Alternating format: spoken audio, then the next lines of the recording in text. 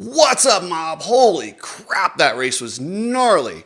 And you guys know me, I do not like mud races, but this was awesome. Aaron Plessinger is a bona fide star, and that is so good for him and the sport. And I'm gonna tell you about what this will do for him moving forward. I wanna get into the Webb and Sexton issue. And of course, you guys know I have to talk about El Hombre and Jett getting into it. But hey guys, remember to subscribe. It helps the channel. I would really appreciate it. Feld gave me a copyright strike after Anaheim won when I live broadcast opening ceremonies. But if you guys subscribe, that will boost my algorithm back up. So if you guys want to do that, I would very much appreciate it. So thanks guys, let's get into this thing. You need people like me so you can point your fucking fingers and say, that's the bad guy. Wow, seeing Aaron Plessinger take the win, it reminded me, those of you who are NASCAR fans, you'll remember this, when Dale Earnhardt, after years and years of trying, finally won the Daytona 500, like all the other drivers like lined up to high-five him. And these are guys that are trying to beat you. This was similar to what AP did. Like, there's not a nicer guy. He is authentic, authentically who he is. Yes, he lays it on a bit thick for the cameras with the cowboy hat and the redneck twang that he didn't have when he was younger. But I think that's genuinely who he is. He is such a smiley, happy, just a great person. And he is, for the sport, to have him is awesome. To have a guy like him who can win is a gift. I can only imagine if he can continue this. Now he's got the red plate, but it's a wild season. We're coming off of 2 mud races in Supercross back to back, and that's rare because the guys at Dirtworks, they are so good at building these tracks, sealing them off. Unless there's rain right when the guys are on the track, they can almost always get in a dry race. It's not like it was in the 80s and 90s when there was rain in the forecast, it was just a mud race. Now, it's got to hit at a specific time to make it a mud race. So to have 2 in a row is extremely rare. And AP has been claiming mud for the longest time, but up until San Francisco, he hasn't had that many good results in the mud, which is kind of weird, but it's the attitude. Mud is a lot attitude. If you're happy it's raining, if you enjoy the mud, you do better. And AP is just, I mean, it shows you, absolutely. That's who he is, and man, he's kicking ass. I loved it. I didn't care for the little dance he did. But hey, you know what? That's Aaron Plessinger. It reminded me those old school football guys that remember Philadelphia football. There was a quarterback by the name of Coy Detmer, used to do the most ridiculous touchdown celebration. Looked like he was like whipping something. Plessinger's dance reminded me of that, and I started laughing. So I don't know about the dance, but hey, AP, you do you. And now if he can continue this in the dry, and we know he can because of Detroit last year, he almost won in the dry. This is not just a mud fluke. This is a guy who can consistently be up there. This is a former national champion in the 250s. This is a former Supercross champion. Aaron Plessinger can ride. He's tall. He's tightened up his technique a little bit this year. He's comfortable on that bike, and he looks like he could be a guy to get in the mix. He was quietly super fast at Anaheim 2, or Anaheim 1. He got 4th. Yes, Webb went down, but to be top 5 without any help at Anaheim 1, you are in the ballpark. This little bit of confidence from this win, wait till you see what it does for AP. AP is going to be tough from here on out. The reason he didn't get the confidence after Detroit, when he did that last year where he had that big crash, I 100% believe he hit his head because he kind of tucked, and while they were so disappointed about him not winning, I think people kind of overlooked how hurt he was after that crash, and it really did affect him. And it kind of, I mean, he just wasn't the same the rest of the season. But this AP, he's in business, guys. How about Justin Barcia getting on the podium? Yes, I know it's mud. Yes, I know there's weird situations. But this guy's coming off horrendous injuries that kept him out almost the entire offseason. You know, he's riding the older bike because he didn't get to test the new frame. So to see him get a podium in the first 3 rounds, and not only did he come back from all those injuries, he had some sort of a weird virus that it sounds like it almost killed him. I mean, if you're getting fever so bad that you're getting hives and rashes, and I can't believe he even raced San Francisco. He's still not recovered, but he managed to get on the podium. So good on Justin Barcia.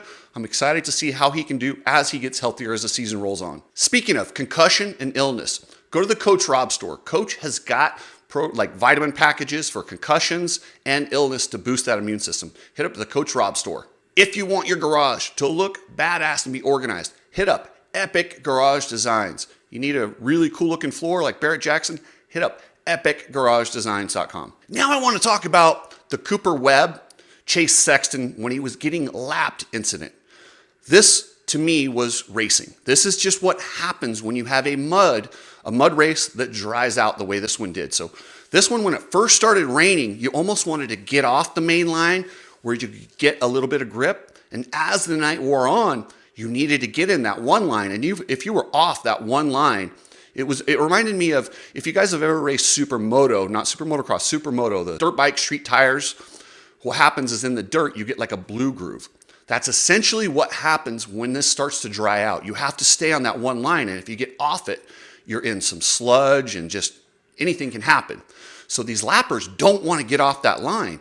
And then what happened with Sexton is he was trying to get out of the way. He went way wide, and he was coming up on that little double. And this is a sketchy little double, and I'm sure he was pretty focused on it because this double took out Levi Kitchen.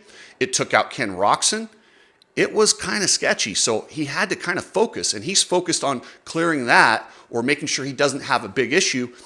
Meanwhile, Webb's bombing up the inside, and they hit together. It was racing. Yes, it sucked. If you're Webb, you're definitely pissed, but I don't think it's anything that deserves retaliation.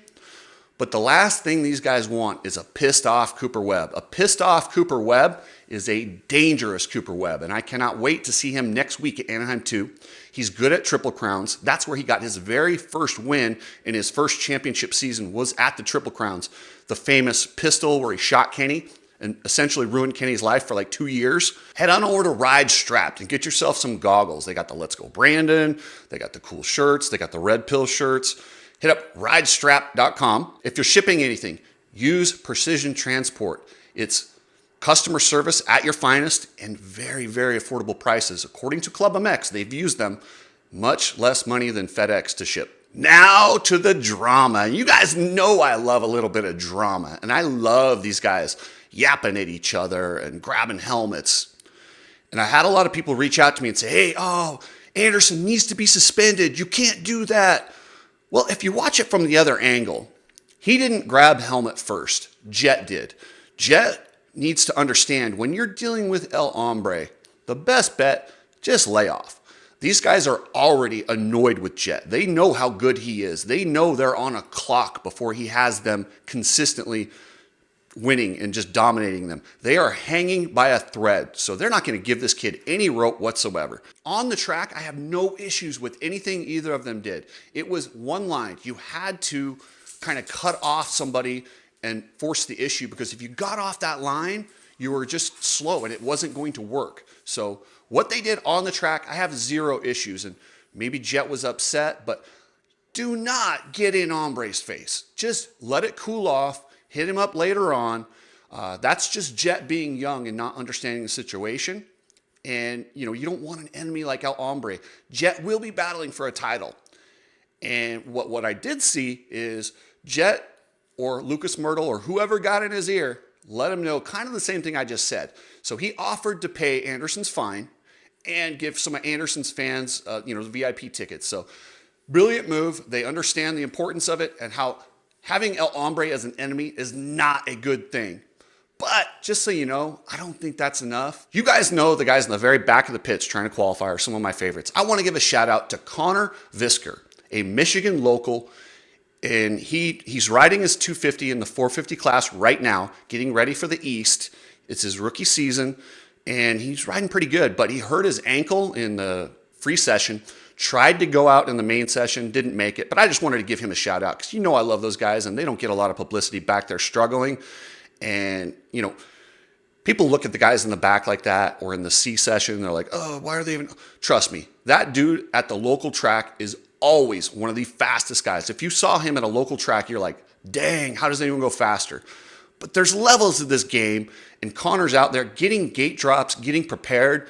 And I commend him. So good on you, Connor. Heal that ankle up, and we'll see you maybe at A2. But the smart thing to do is if that ankle's jacked up, wait and race Detroit, my man. If you need a real estate agent, if you're buying, selling, or renting a house, hit me up. I got you covered. Anywhere in the world, United States in particular, I can find you an agent. I can help sell your house. I will use my platforms to promote your house and get whatever you want out of your place. So if you're listing a place, buying a place, or renting, hit me up. chriscookseymedia@gmail.com, and I'll get you set up. Thanks, guys. Cooksey Mob, I love you guys. Later.